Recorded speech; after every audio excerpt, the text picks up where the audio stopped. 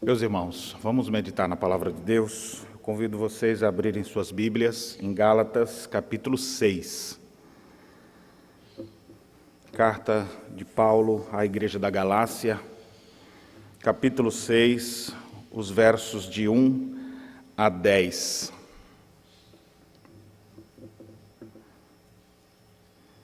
Gálatas 6, de 1 a 10, assim nos diz a palavra do Senhor.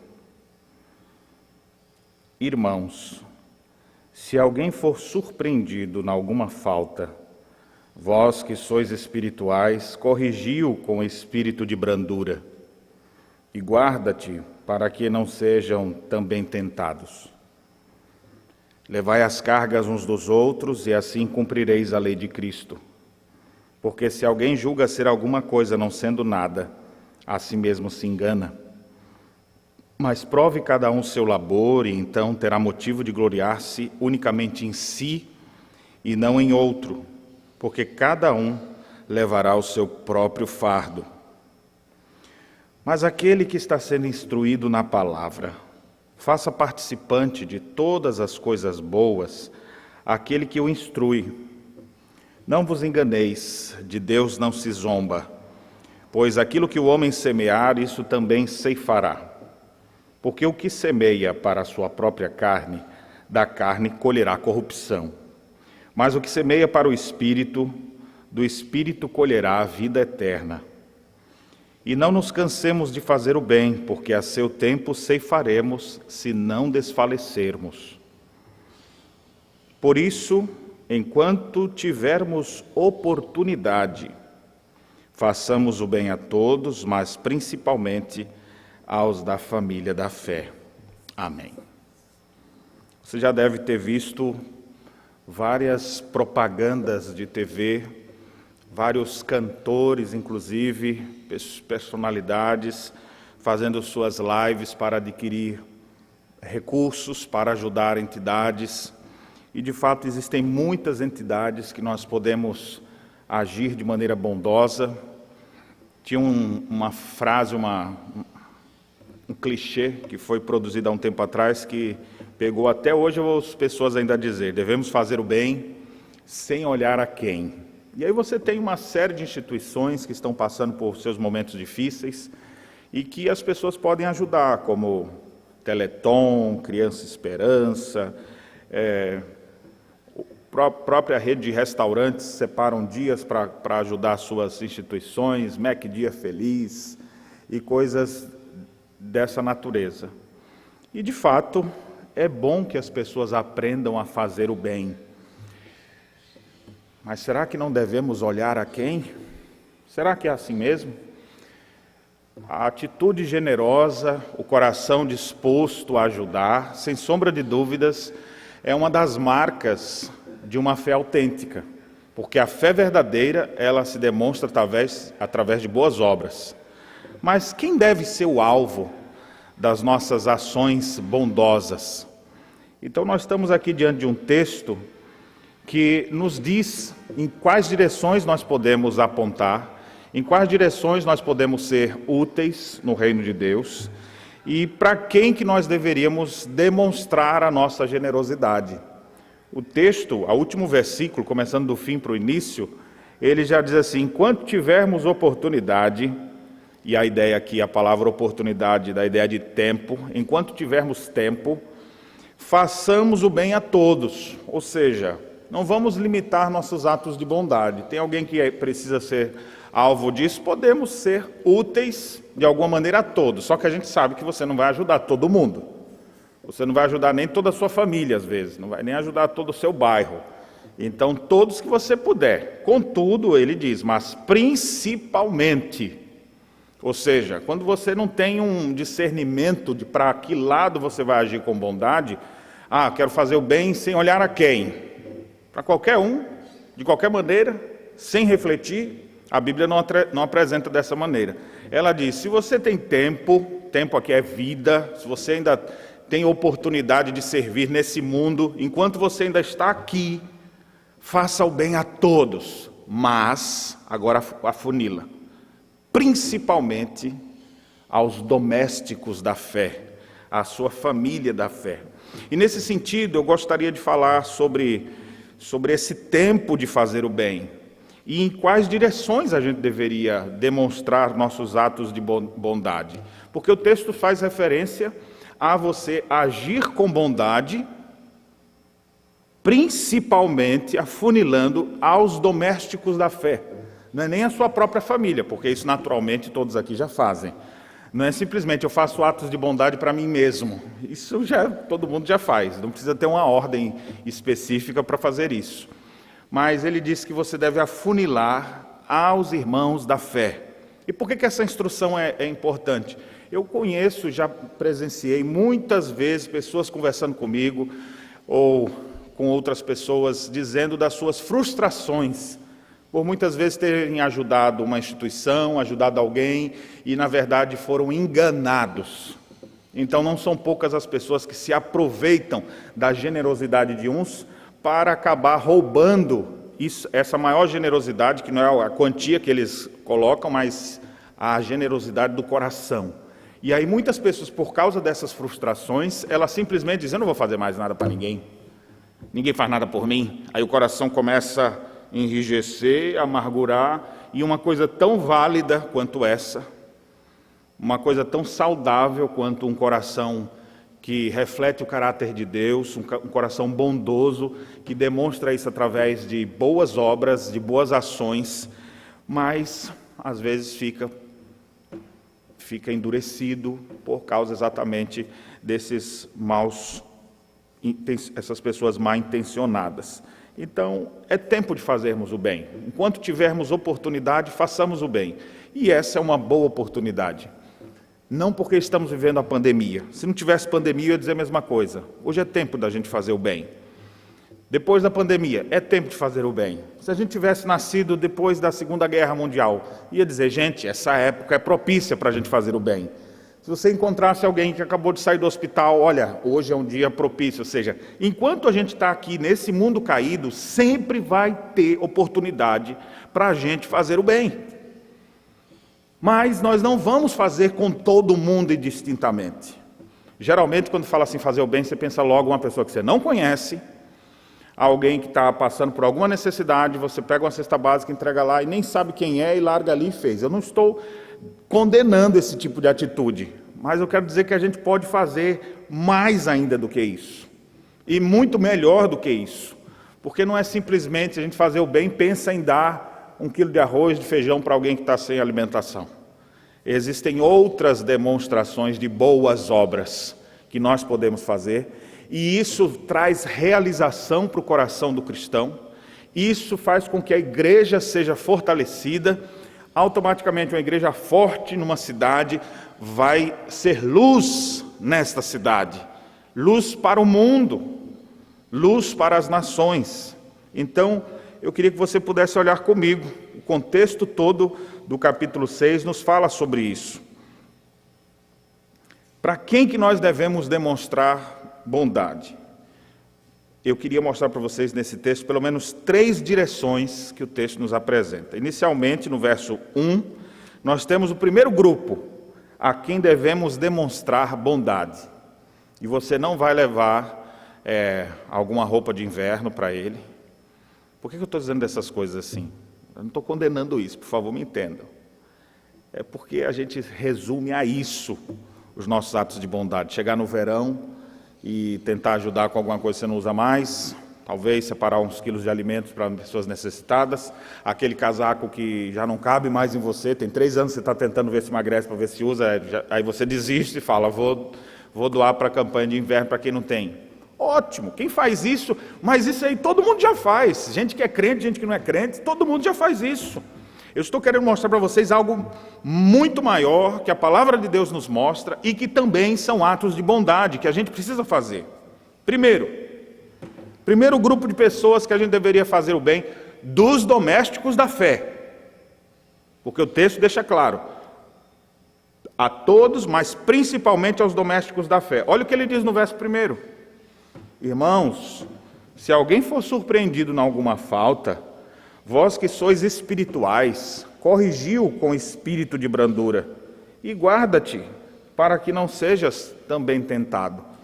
O contexto próximo dessa passagem de fazer o bem a todos, mas especialmente aos domésticos da fé, primeiramente aponta para os irmãos caídos, para aqueles que por alguma situação não estão mais na mesma firmeza. Observe, alguém for surpreendido em alguma falta. Nós todos somos pecadores, não somos um monte de anjo. Embora muita gente às vezes queira se esconder atrás da religião para mostrar que é uma coisa que ela não é. Todos nós somos pecadores, todos nós estamos passivos de sermos seduzidos pelo nosso próprio coração e cometermos pecados contra Deus e contra o próximo. Você tem potencial para ser uma pessoa maligna. Até aquelas irmãzinhas que você fala, isso aqui eu acho que tem nem pecado. Essa irmãzinha aqui, uma vovozinha, você fala, ela tem potencial sim.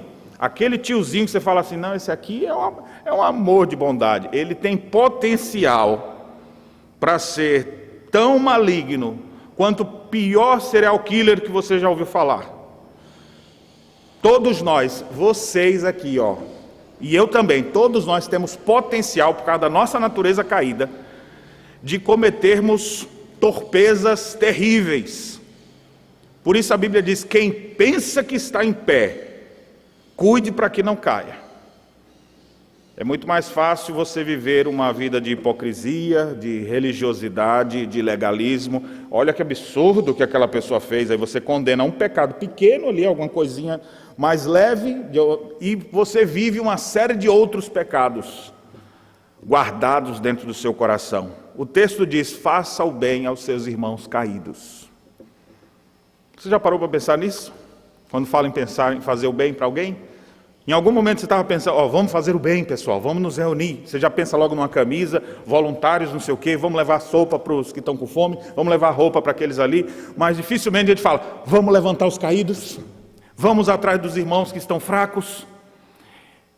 E olha como ele diz, se alguém for surpreendido em alguma falta, ou seja, as pessoas vão cair em pecado, não porque elas querem.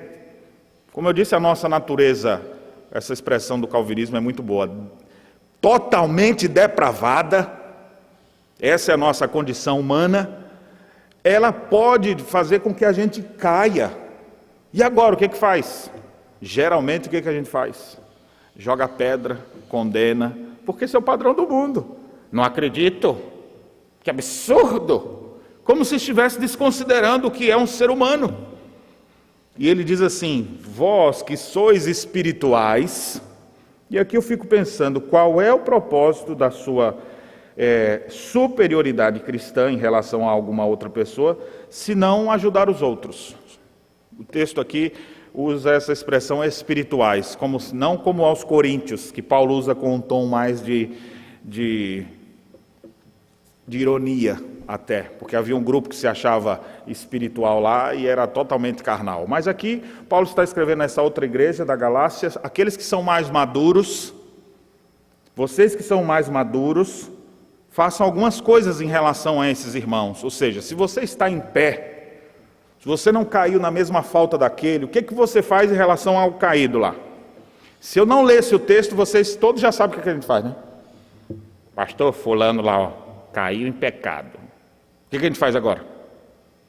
Cada um vai pegar uma pedra assim, miserável, como é que tu tem vergonha?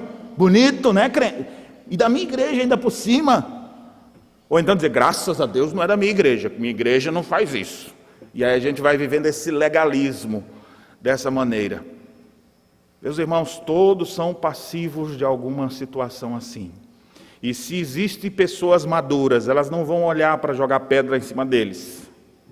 Mas o que elas vão fazer? Olha o que o texto diz. Corrigiu com espírito de brandura. Corrigiu com espírito de brandura. Eu acho muito interessante que a ideia aqui, quando ele nos fala de corrigir essas pessoas, a ideia não é simplesmente de pegar uma vara e dar nas costas assim. Bonito isso que você fez, né?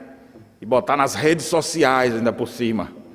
Eu não queria dizer, mas... E aí, vai soltando a fofoca evangélica lá. Não, a Bíblia diz, você quer fazer o bem, viu, irmão caído? Vai até ele, corrige-o, olha a expressão, com espírito de brandura, porque se não tiver essa observação do apóstolo Paulo, você vai querer corrigir com espírito de bravura, de querer ser o justiceiro, talvez o vingador de sangue do Antigo Testamento. Se eu puder matar, eu queria. Mas a Bíblia diz, corrigiu com espírito de brandura. A palavra corrigir aqui do grego, ela pode ser traduzida como restaurar, que é a ideia de tornar algo aquilo que era inicialmente. Então, ao invés de simplesmente condenar, essa pessoa deveria procurar restaurar a vida do pecador para que ele pudesse se colocar em pé de novo.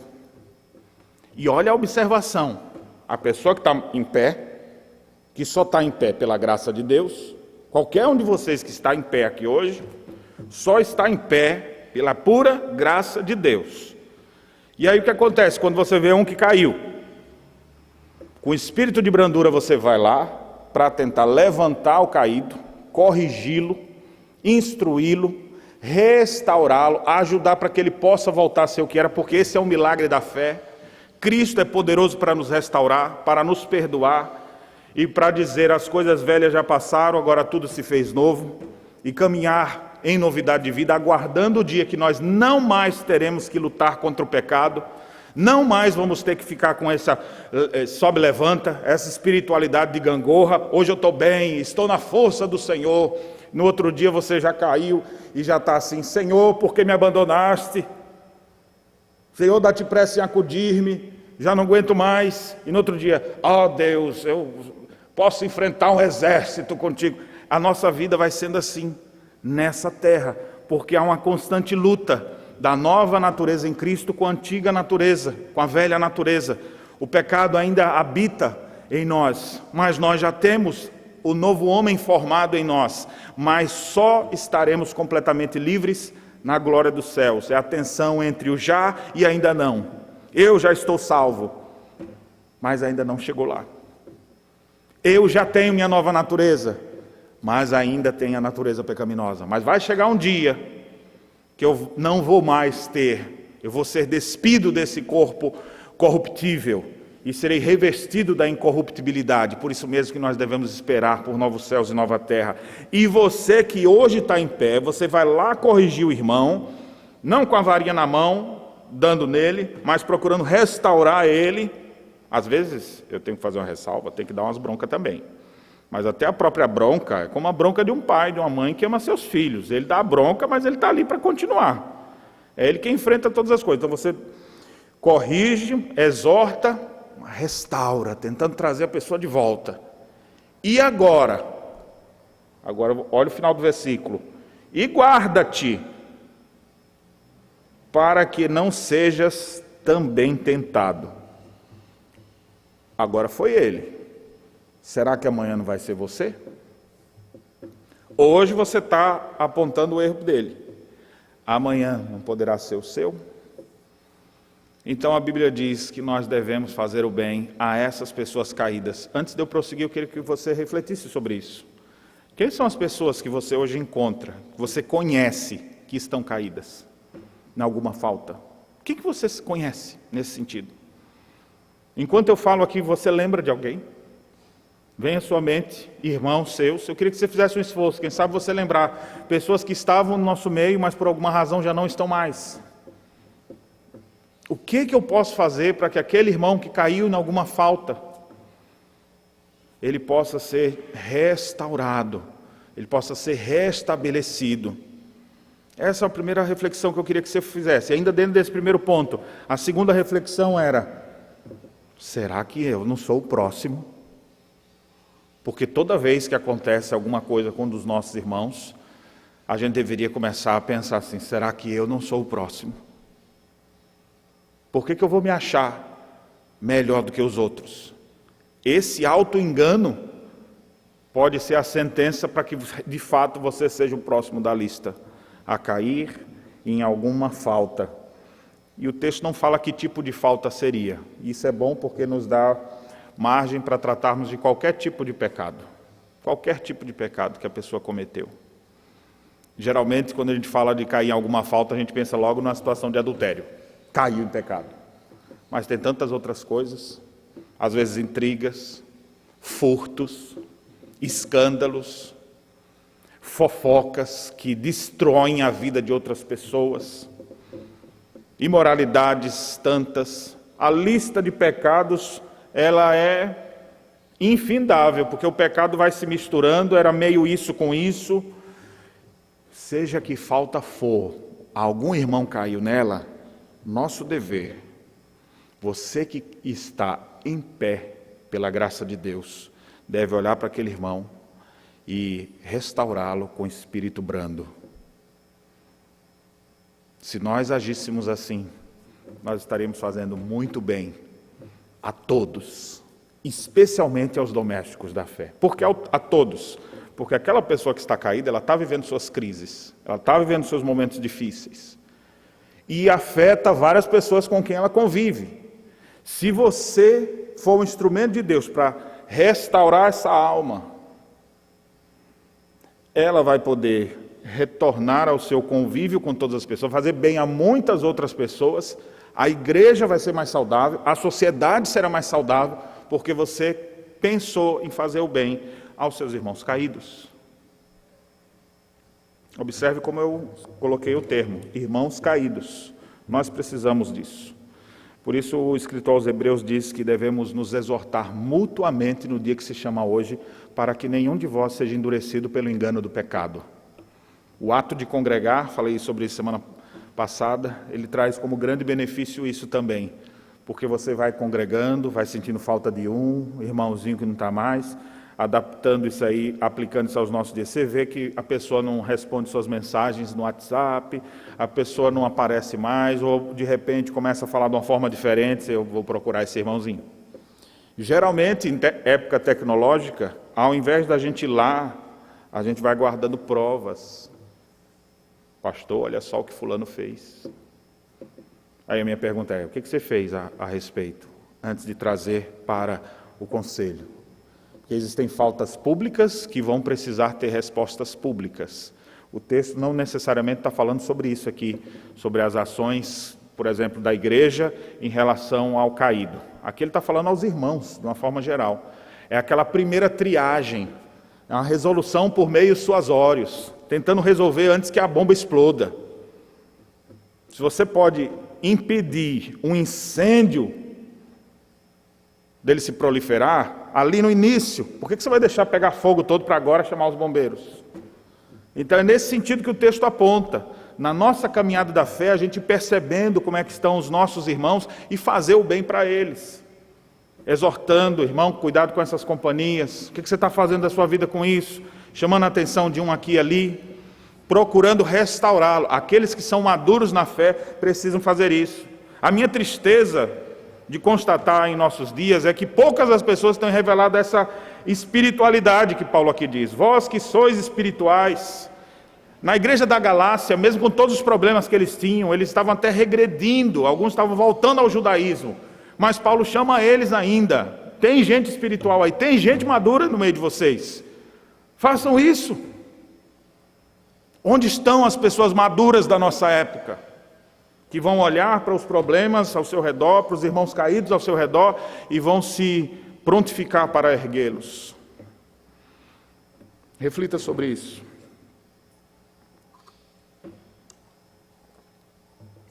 Agora vamos prosseguir no texto. Os versos de 2 a 5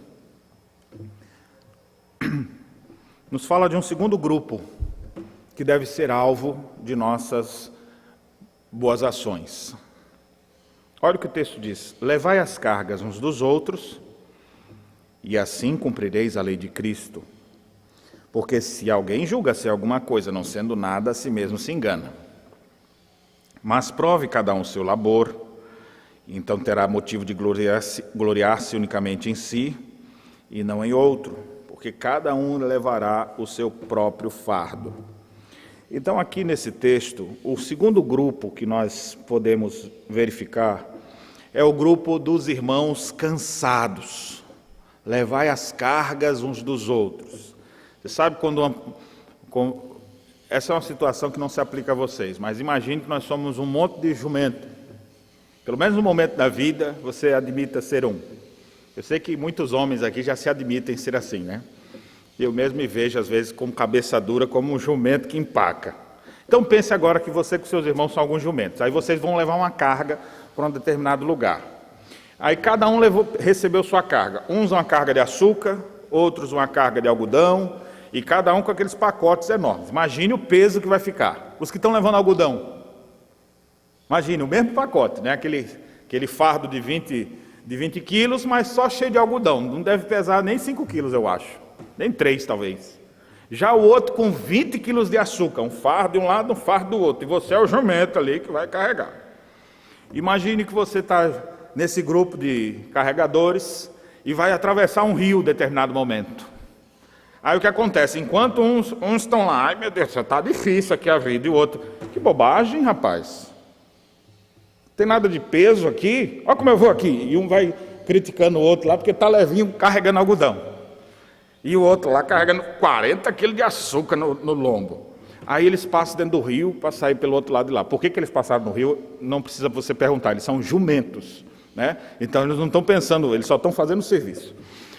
É só para ilustração mesmo. Quando passam pelo rio, o que aconteceu com o algodão? O algodão encheu d'água agora. Aquilo que pesava quase nada, agora está mais pesado do que tudo quando ele sai. E o que entrou com açúcar, que saiu, vem com um saquinho bem leve. E aí agora ele começa a dizer, ué, rapaz, você não estava dizendo que estava leve? E o outro, não, rapaz, me ajuda aqui. Eu falei, quando eu precisei de ajuda, você não me ajudou. E aí ele segue. Como é uma história de jumento, não tem muita moral trazer lições disso aqui, mas eu queria só dizer um ponto aqui. Muitas vezes nós encontramos pessoas que estão levando cargas mais pesadas do que outros. E às vezes as coisas se invertem. Mas o que a Bíblia diz é que em todo o trajeto nós deveríamos levar as cargas uns dos outros. A ideia de distribuir essas cargas. A igreja deve ser um lugar onde se demonstra amor na medida que nós vamos caminhando e ajudando uns aos outros. Você quer fazer o bem? Ajude os irmãos que estão cansados com as suas cargas pesadas. Muitas vezes na vida da igreja, a gente vê assim, 20% trabalhando, 20% estudando maneiras de dizer que eles não deveriam fazer daquele jeito, e outros 60% olhando. E o que influenciar mais, ele acaba indo atrás. Se fosse essa a nossa estatística, em que grupo você hoje se encontra? Você está no grupo dos que estão sobrecarregados, levando muita carga, ou você está naqueles grupos que não está carregando nada? Eu sei que alguns, por causa de suas aptidões dadas por Deus, pelos dons que Deus dá, estão carregando muita coisa. Mas outros estão achando que estão carregando muito, levando quase nada. Eu não consigo deixar de lembrar daquela figura da Era do Gelo. Estão lembrados do Cid e aquele mamute? Aí tem aquela cena lá que vai chover, o mamute pega um monte de lenha e bota sobre as pedras para ali fazer um telhado onde eles vão ficar abrigados. Enquanto ele leva aquele monte de tora, de madeira, o Cid, aquela preguiça, vem com um pauzinho desse tamanho, fininho, arrastando. E quando chega no lugar diz, estou morto. Às vezes a gente vê esse retrato também hoje em dia. Pessoas que estão carregando muito e às vezes não estão reclamando. E às vezes um está carregando uma travezinha assim, e já achando que estão cansados. A Bíblia diz, levai as cargas uns dos outros. Levai as cargas uns dos outros. Pastor, por que o texto diz depois no final, usando a mesma figura, ele diz, cada um levará a sua própria carga, ou seu próprio fardo. As palavras aqui elas são diferentes no texto. No primeiro momento, essa carga que cada um carrega, que deve ser distribuída, é uma referência à dinâmica da igreja. A igreja deve ter condições de cada pessoa entender o seu lugar no corpo de Cristo e atuar em alguma frente. Ou se não for em alguma frente, em alguma parte mais oculta, que não está à vista, mas Ele está trabalhando, porque tudo é necessário. Todos nós somos úteis no reino de Deus, e devemos entender isso. Não existe algumas partes que devem se achar mais do que as outras. Se alguém se julga ser alguma coisa não sendo nada, a si mesmo se engana. Na igreja não há lugar para estrelismo. A única estrela que brilha na igreja é a estrela da manhã, Jesus. Todos nós devemos trabalhar por Ele e levar as cargas uns dos outros. Tem a ver aqui com nossa santificação, com o trabalho que nós executamos na igreja. É tão bom quando a gente vem à igreja e é servido, melhor ainda quando você vir à igreja para servir. Todos chegam para ser servidos e para servir.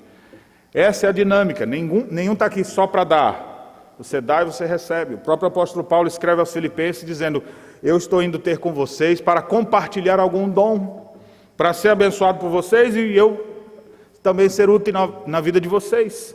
E assim é a dinâmica da igreja. E nesse intercâmbio de ajuda mútua, nós estamos fazendo o bem. Você quer fazer o bem, não quer?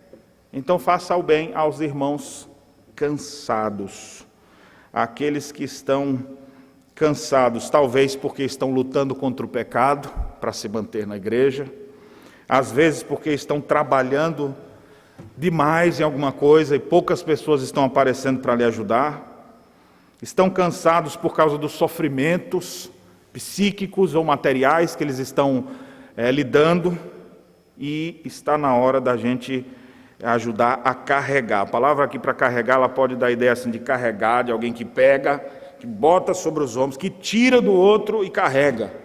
E é isso que a gente precisa fazer na prática. Você olhar para as pessoas da igreja assim: aonde eu estou vendo alguém que está exprimido? Onde é que eu estou vendo alguém sobrecarregado? Em que área eu posso ser útil? E você pode procurar alguma maneira de servir. É melhor você ir tentar e depois descobrir que não é bem naquele lugar, e depois você vai para outro, do que você ficar só contemplando. Será que eu posso ajudar onde? Aí de repente você acha: eu acho que eu quero ser pregador. Aí você vai pregar e você vê que você não tem muito jeito para aquilo. Mas pelo menos já tentou. Vai ver uma outra área. Tem outras necessidades. A junta diaconal precisa fazer algumas visitas e está precisando de pessoas para acompanhar, e você: isso eu não gosto de fazer não. Aí de repente você: não, eu quero fazer. E de repente você se descobre fazendo aquilo. Quem sabe no trabalho com crianças, com poucas pessoas. Faltam homens, faltam mulheres para poder ensinar os nossos filhos, nossas crianças na igreja. Trabalhos com jovens, trabalhos com adolescentes, trabalho com as mulheres, trabalho com os homens. Perceber as necessidades que estão tendo e dizer: olha, eu quero te ajudar. Como é que eu posso te ajudar? Aqui no Sul a gente tem aquela expressão, né? Precisou de mim, prende o grito. Eu demorei um pouco para entender essa expressão, né? Mas hoje agora já fiz a exegese, o que quer dizer. Prende o grito. Eu pensava que assim, eu vou gritar e... Mas a ideia não é essa. A ideia é: se precisar, me chama. Você não precisa nem gritar. Pode prender esse grito, não precisa soltar o grito, porque precisou, conta comigo, não é? Então, tem muita gente com grito preso, daquela forma que eu entendia, e que precisa do seu apoio. Você pode fazer o bem para alguém que está sobrecarregado. Cada um no corpo de Cristo tem a sua responsabilidade. Essa é a ideia da segunda palavra aqui para fardo, que remonta àquela ideia da bolsa do soldado que ele carregava na guerra. Ou seja, ali estão os mantimentos dele, tudo que ele precisa está ali dentro. Cada um leva o seu. Cada membro da igreja tem sua responsabilidade. A sobrecarga em alguns indica que tem pessoas que não estão fazendo o seu dever. E que nós precisamos disso. Se é Deus quem cuida da sua igreja, se é Deus quem mantém o seu povo, com certeza Ele concede seus dons ao povo dessa igreja. E é possível que você esteja recebendo os dons de Deus e você esteja com eles enterrados, travados. Você tem tanta aptidão em determinadas áreas que eu não tenho, mas às vezes você não está colocando em prática. E às vezes a gente vê uma pessoa desqualificada de dons, vamos dizer assim, não é uma pessoa indicada para fazer aquilo ali, mas é a única que teve boa vontade para fazer. Aí você vê e você fica admirado. Eu falo, tem tanta gente que podia fazer isso. Esses dias eu vi um comentário de 3 igrejas na mesma direção. E eu falei, parece que é uma tendência. Alguém elogiou o nosso sistema de transmissão ao vivo dos cultos. Algumas igrejas estão começando a fazer agora. Você tem 4 meses de pandemia. E aí, fica o elogio aí, viu, Denis? Você que tem feito trabalho tão bom. Mas algumas igrejas dizendo, olha só, igrejas que nem se conheciam, contatos meus com outros lugares do Brasil, a pessoa pega e diz assim, olha, a gente não sabe usar essas coisas não, a gente não tem isso aqui na igreja não, a gente está querendo ver como é que faz. E aí a pergunta fala, não tem um grupo lá? Tem, pastor, tem gente que trabalha na área, tem gente que é empregada nessa área, mas para a igreja eles não fazem. Tem gente capacitada na igreja, não tenho dúvida que existe gente capacitada na igreja. Esse falou isso, aquele falou a mesma situação. Você pode ser útil com aquilo que você sabe fazer. Agora você tem que se prontificar. Você tem que ter essa iniciativa de ver assim, meu irmão, peraí, deixa eu te ajudar aqui. Eita, tá pesado mesmo, viu? Mas tu tá aguentando isso? Eita, vem mais 2 aqui para me ajudar, que eu não estou aguentando esse negócio aqui não. Aí pronto, distribuindo o fardo. Mas todo mundo está caminhando com cargas, com sua própria responsabilidade, porque eu digo uma coisa para vocês, e aqui eu estou falando para a igreja, eu não acredito que as pessoas do mundo é que vão ter que fazer as coisas para nós. O texto está aplicando diretamente aos domésticos da fé. Isso aqui é coisa da igreja. Se Deus te deu dons, capacidades, eu tenho certeza que você tem, e você não os fizer, Deus vai te pedir conta disso. Por que é que Deus nos deu condições de entender determinadas áreas, para eu ficar sabendo isso só para mim? E depois olhar para aquela anta, olha como é que faz um negócio desse? Não sabe de nada, mas é quem está fazendo, e você que sabe mais não está ajudando. Dentro da igreja do Senhor Jesus, nós somos chamados a fazer o bem, especialmente aos domésticos da fé. E nesse sentido aqui o texto fala para usarmos de atos de bondade para com os nossos irmãos cansados. Para quem que você tem demonstrado isso?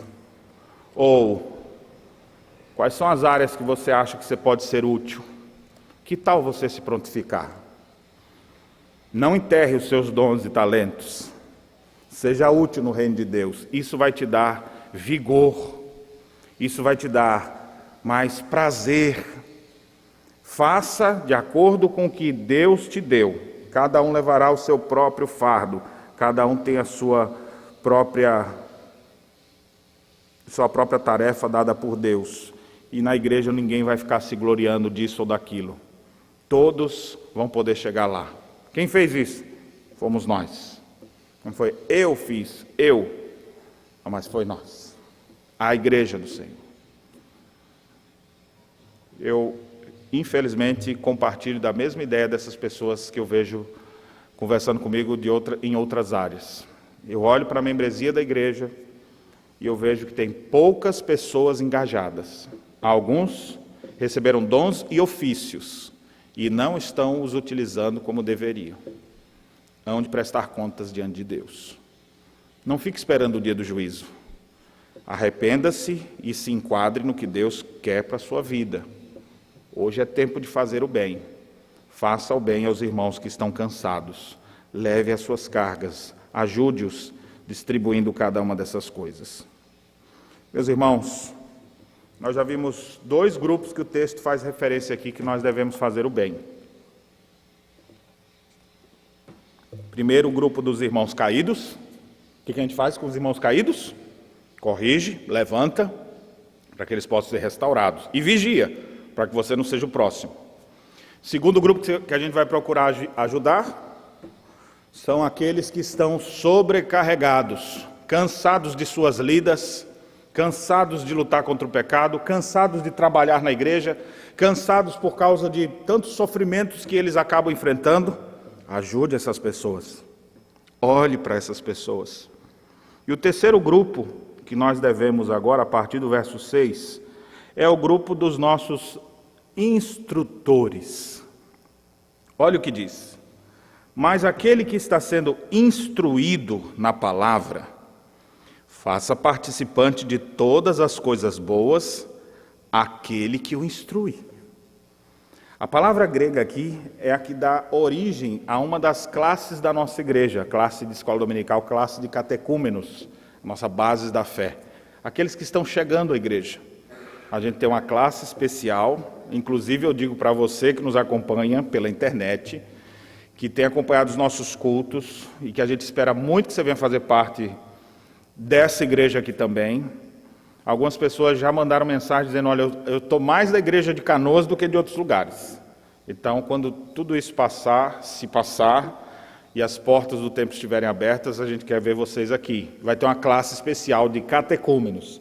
Se as coisas demorarem muito ainda dessa forma, daqui a pouco nós vamos arrumar um outro jeito para ter essas classes. Mas, de qualquer forma, aqueles que estão chegando à igreja, todos que já são membros da igreja sabem disso. Eles fazem parte de uma classe de catecúmenos, que é uma classe de preparação.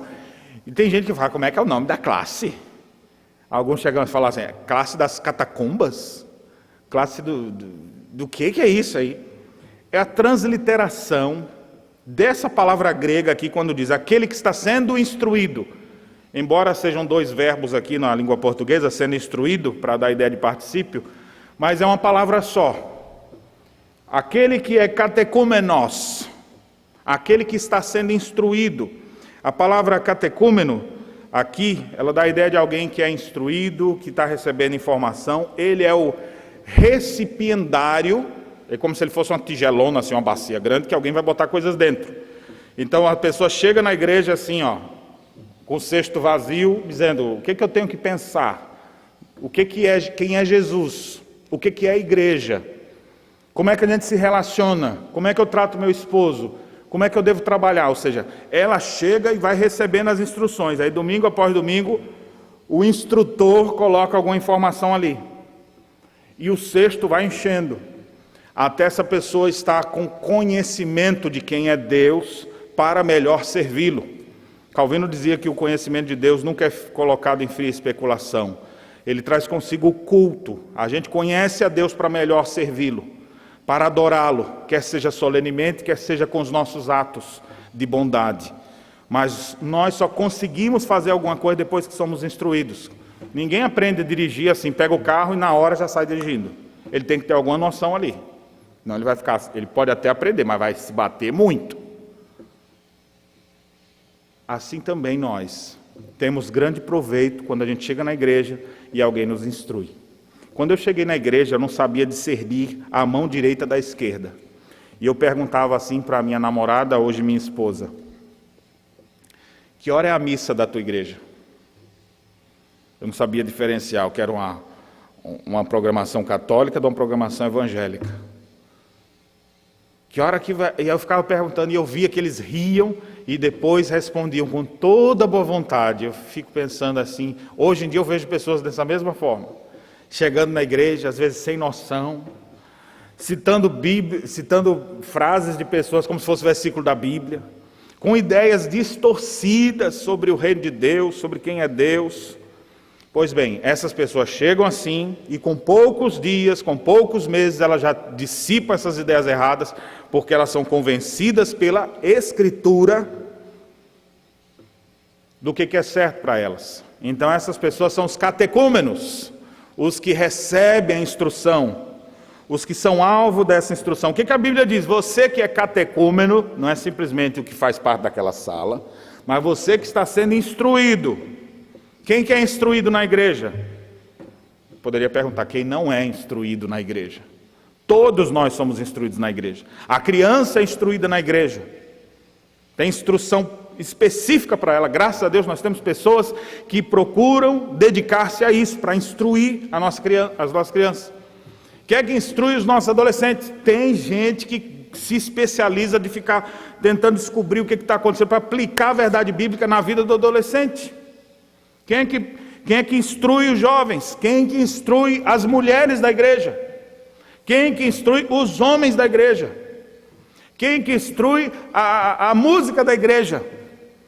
Se você recebeu alguma instrução, a Bíblia agora está dizendo assim: você que foi instruído, faça participante de todas as coisas boas aquele que o instrui, ou seja, demonstre atos de bondade para com o seu instrutor. É um pouco complicado falar sobre isso aqui, porque eu sou um instrutor. Fica parecendo que eu estou falando algo querendo alguma coisa em troca. De maneira alguma desejo isso, quem me conhece sabe muito bem. Mas essa é uma verdade que precisa ser colocada, e é bíblica, e eu não posso pular essa instrução, ainda que me constrange em falar sobre isso. Mas amplio aqui, porque o texto fala aquele que está sendo instruído, e nós temos muitas pessoas sendo instruídas, edificadas, e você precisa fazer com que essa pessoa que está sendo um instrumento de Deus na tua vida, seja agora participante, a palavra aqui, koinonia, ele faça parte de todas as coisas boas. Não leve para os seus instrutores só suas dúvidas, só seus problemas. Não leve para os seus instruidores apenas crises e dificuldades. Não os procure somente para isso, porque se você procurar, eles serão ávidos em querer lhe ajudar. Todos que estão separados para a instrução, a coisa que a pessoa que mais gosta de fazer é ajudar quem está ali na dúvida e sem saber o que fazer.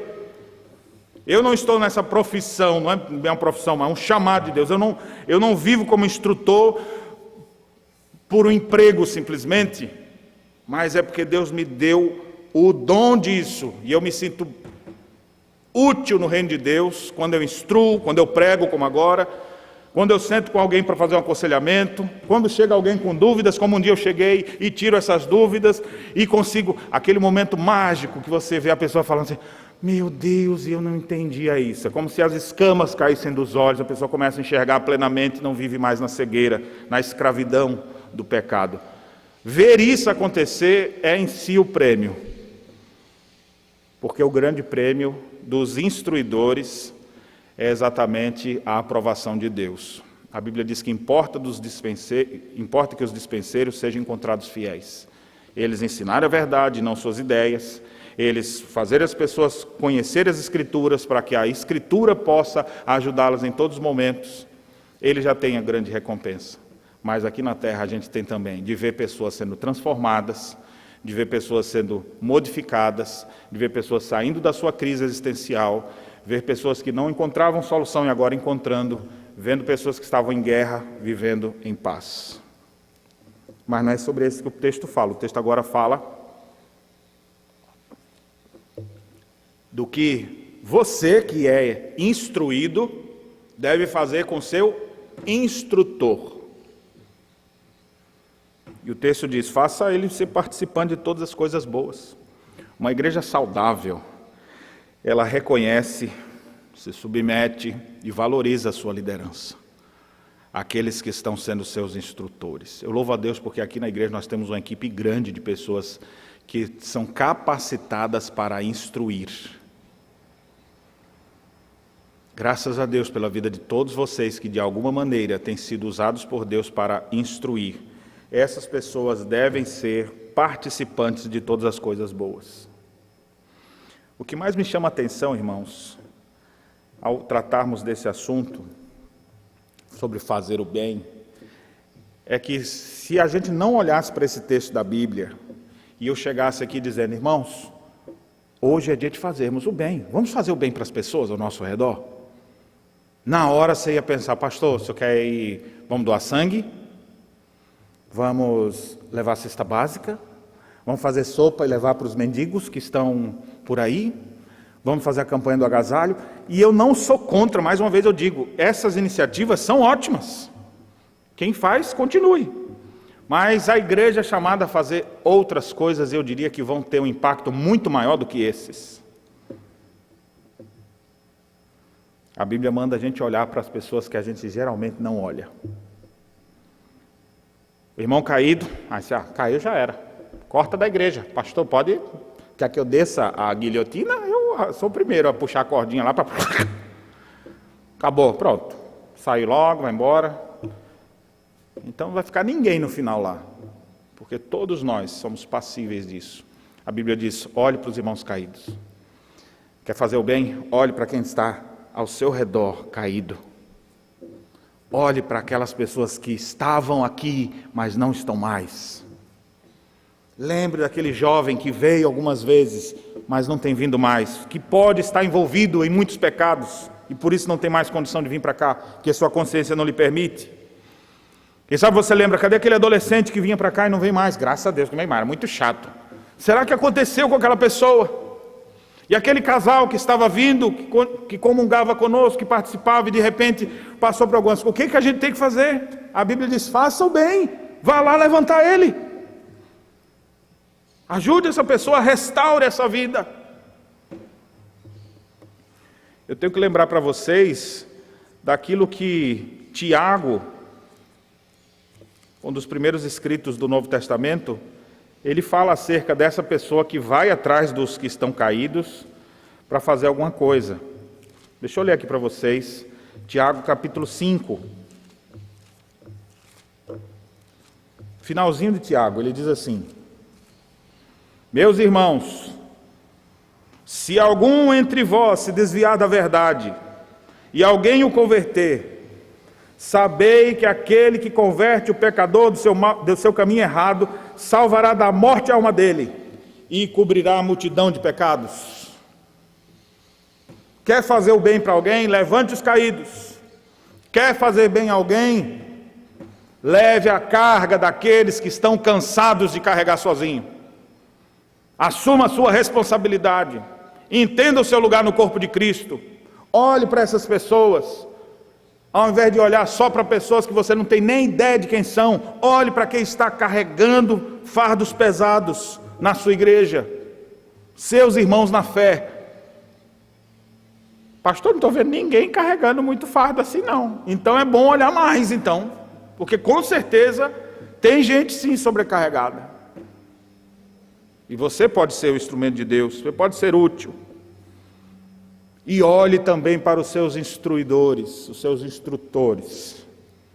Geralmente a gente olha para todo lugar, às vezes a gente ajuda a gente que a gente nem conhece, e aqueles que estão sempre ao nosso redor, a gente não consegue nem lembrar de dizer, muito obrigado pelo que você fez em minha vida. Muito obrigado, você me ajudou naquele momento tão difícil que eu passei. Muito obrigado. Você ajudou meu filho naquela dúvida que ele tinha, hoje é outra criança. Muito obrigado. A gente estava brigando por causa dessa situação, o seu conselho nos ajudou. E você deve lembrar de quem são as pessoas que estão atuando em sua vida. Faça o bem a essas pessoas. E o que é interessante, caminhando para o final agora. Olha o que os versos dizem. Verso 7. Não vos enganeis, de Deus não se zomba, aquilo que o homem semear, isso também se fará. Às vezes, alguma das coisas que você está passando faz parte daquilo que você semeou. Eu caí, ninguém me levantou, pastor. E você, já olhou para alguém caído também?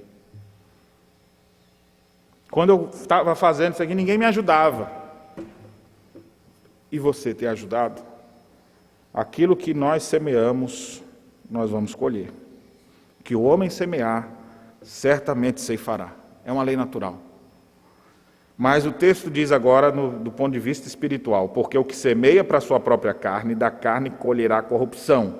Mas aquele que semeia para o Espírito, do Espírito colherá vida eterna. Você foi semeado, ou você foi chamado para semear ações de bondade nesse mundo. Se puder, faça a todos, mas principalmente aos domésticos da fé. E ao mirar nesses 3 grupos, você vai estar fazendo um grande serviço. Por quê? Porque a igreja vai estar mais sólida. Porque ela pega as 3 linhas principais. Aquele que está caído, que por alguma razão às vezes não está nem na comunhão da igreja, para que ele volte. Aqueles que estão trabalhando e aqueles que são os instruidores, com dons tão vitais para a igreja. Para ensinar as pessoas. Quando você pega essa massa, você está botando a igreja toda equilibrada. É isso que o Senhor espera da sua igreja. Quer fazer o bem? Mire nessas direções. Eu quero fazer o bem. Aí às vezes em vez de ajudar a sua igreja, vai ajudar outra coisa lá fora. Faça aquele se puder, mas afunilando dentre esses ramos. Porque se a igreja toda estiver saudável, os caídos foram levantados, Todo mundo está com suas cargas distribuídas. Com certeza a gente vai poder fazer muito mais do que já se faz. Aquilo que você vê hoje a igreja fazendo, braços de socorro, ações que a igreja faz para o seu bairro, para a sua cidade, para o mundo, nós vamos ver isso ampliando cada vez mais, porque essas pessoas vão estar no seu devido lugar. A igreja ainda não sabe do seu potencial, embora ela já leu em Efésios, a Bíblia dizendo que Deus é poderoso para fazer infinitamente mais do que tudo quanto pedimos ou pensamos. Ele pode fazer a gente transbordar de sua graça e de seu amor, mas essa igreja precisa aprender a fazer o bem, uns para com os outros, e nós vamos ser um forte luzeiro a brilhar nesse mundo. Agora, se nós não ligarmos para isso, nós vamos viver vidas medíocres, igrejas apáticas, espiritualidades pífias, e não vamos viver aquilo que Deus espera para nós. Verso 9 diz: e não nos cansemos de fazer o bem, porque a seu tempo ceifaremos, se não desfalecermos. Faça o bem, meu irmão. Se você foi decepcionado por alguma coisa, não desista, não canse. No tempo certo você vai ceifar. Não desfaleça. O texto nos diz que nós não devemos cansar aos nossos atos de bondade. Faça o bem a todos, mas principalmente aos domésticos da fé. Que Deus nos abençoe. Amém.